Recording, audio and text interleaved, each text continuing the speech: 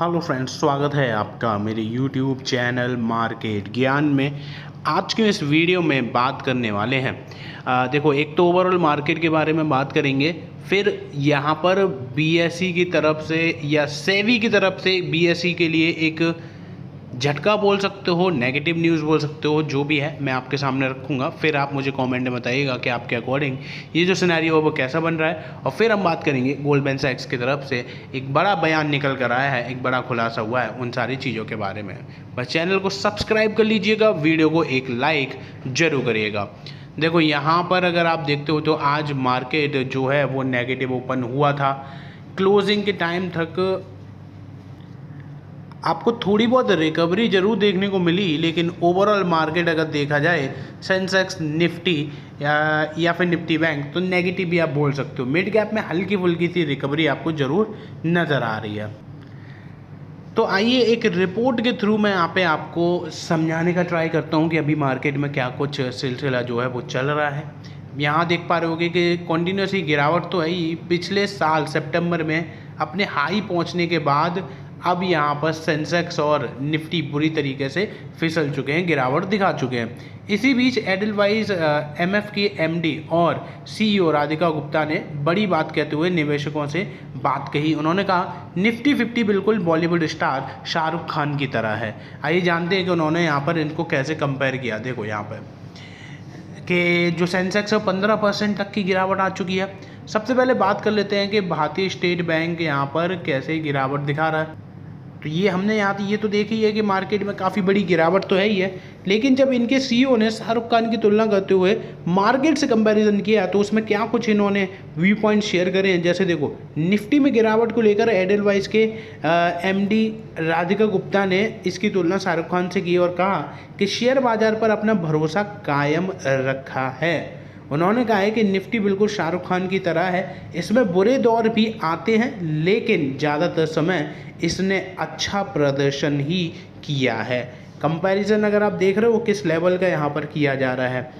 Grow द्वारा वित्तीय साक्षरता पहल अब इंडिया करेगा ग्रो के तहत आयोजित रिटेल महिला निवेशकों की एक सभा को संबोधित करते हुए राधिका गुप्ता ने कहा कि यहाँ पर अगर आप देखो, बॉलीवुड में किंग खान के नाम से मशहूर शाहरुख खान कई बार इंटरव्यू में खुद इस बात का जिक्र कर चुके हैं कि जब उनकी फिल्में लगातार 4-5 साल फ्लॉप हो रही थी तो उन्होंने कई मुश्किलों का सामना भी किया था, लेकिन वे अपने इस बुरे दौर से निकलने में सफल रहे।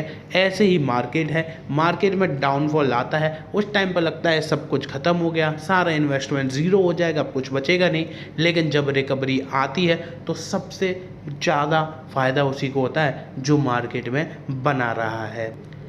आज के टाइम पे क्या हो रहा है कि लोग अपनी एसआईपी भी पॉज कर दे रहे हैं या कैंसिल कर दे रहे हैं, जो कि सबसे गलत स्टेप है मेरे अकॉर्डिंग। एसआईपी को तो ये अपना बेनिफिट माना जाता है कि एसआईपी के थ्रू आपको अप्स एंड डाउन्स का पूरा बैलेंस मिल जाता है, पोर्टफोलियो आपको कुछ करने की ज़रूरत नहीं होती। अब जब मार्केट डाउन है तो आपको यहाँ पर लोएस्ट एनएवी पर इन्वेस्टमेंट करने का मौका मिल रहा है, लेकिन बहुत सारे इन्वेस्टर्स इस टाइम पे क्या कर रहे हैं कि अपनी सारी एसआईपी रोक दे रहे हैं। जब मार्केट हायर साइड पे चला जाएगा तब वो अपनी एसआईपी फिर से स्टार्ट कर देंगे। तो ये सबसे गलत स्ट्रेटजी आज के टाइम पर देखी जा सकती है।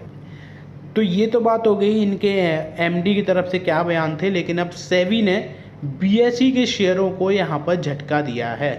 अब वो क्या है वो हम देखते हैं। सेबी ने जो प्रस्ताव पेश किया है उसके चलते अगर आप यहाँ पर देखो तो गोल्डमैन सैक्स ने बीएसई के टारगेट प्राइस से करीब 14% की कटौती कर दी है। टारगेट प्राइस में कटौती के चलते शेयर धड़ाम से गिर गए। जानिए क्या यहाँ पर पेश किया, यानी कि ऐसा क्या सेबी ने बोल दिया कि गोल्डमैन सैक्स ने यहाँ पर डायरेक्टली टारगेट जो है बीएसई के वो कम कर दिए। देखो यहाँ पर क्या है, सेबी ने 24 फरवरी को एक कंसल्टेशन पेपर में मार्केट रिस्क को मापने के लिए एक नए तरीके का प्रस्ताव पेश किया था। सेबी ने इक्विटी डेरिवेटिव्स में अपने ओपन इंटरेस्ट, जिसको आप ओआई के नाम से जानते हो, उसका कैलकुलेशन करने में जो कैलकुलेशन की जाती है उसको चेंज करने का प्रस्ताव यहाँ पर दिया।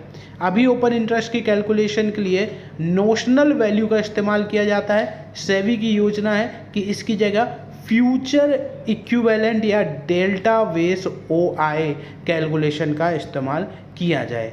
अब यहाँ पर अगर आप देखोगे तो सेबी का मानना है कि इससे मैनिपुलेशन में गिरावट आएगी। इसके अलावा इंडेक्स डेरिवेटिव सेगमेंट के लिए भी सेबी ने रिस्क मैनेजमेंट के बदलाव का प्रस्ताव पेश किया है। यानी कि बेसिकली जो पुराने तौर तरीके हैं उनमें चेंजेस लाने का प्रस्ताव सेबी ने किया है। लेकिन इससे BSE पर क्या नेगेटिव इम्पैक्ट पड़ेगा और गोल्डमैन आखिर इन्होंने टारगेट क्यों कम कर दिए, तो आप यहाँ पर देखो गोल्डमैन का कहना है कि सेबी के प्रस्ताव में कैश इक्विटी टर्नओवर के मुकाबले इंडस्ट्री का ऑप्शन प्रीमियम घटकर 0.4 या 0.3 पर आ जाएगा।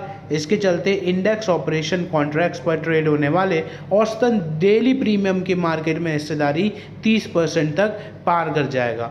यानी कि ओवरऑल उन्होंने टेक्निकल चीज़ों पर फोकस करते हुए यहाँ पर बात करी गई है। अब देखो सेबी ने ये केवल प्रस्ताव पेश किया है, ऐसा अभी तक ये हुआ नहीं है, लेकिन मार्केट सेंटिमेंट पे चलता है, आप सभी को पता है, और सेंटिमेंट हो गए हैं नेगेटिव, जिसकी वजह से यहाँ पर BSE के स्टॉक में गिरावट आ गई है। एक लास्ट न्यूज़ और आपको बता देता हूँ, NSE इंडेक्स ने लॉन्च किया नया इंडेक्स, जोमेटो पेटीएम समेत 21 शेयर शामिल।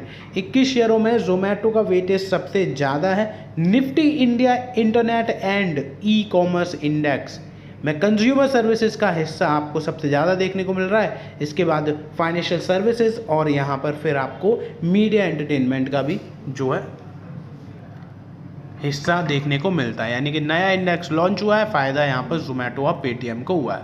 तो ये अपडेट्स आ रही थी जो कि मैंने आपके साथ शेयर करी हैं।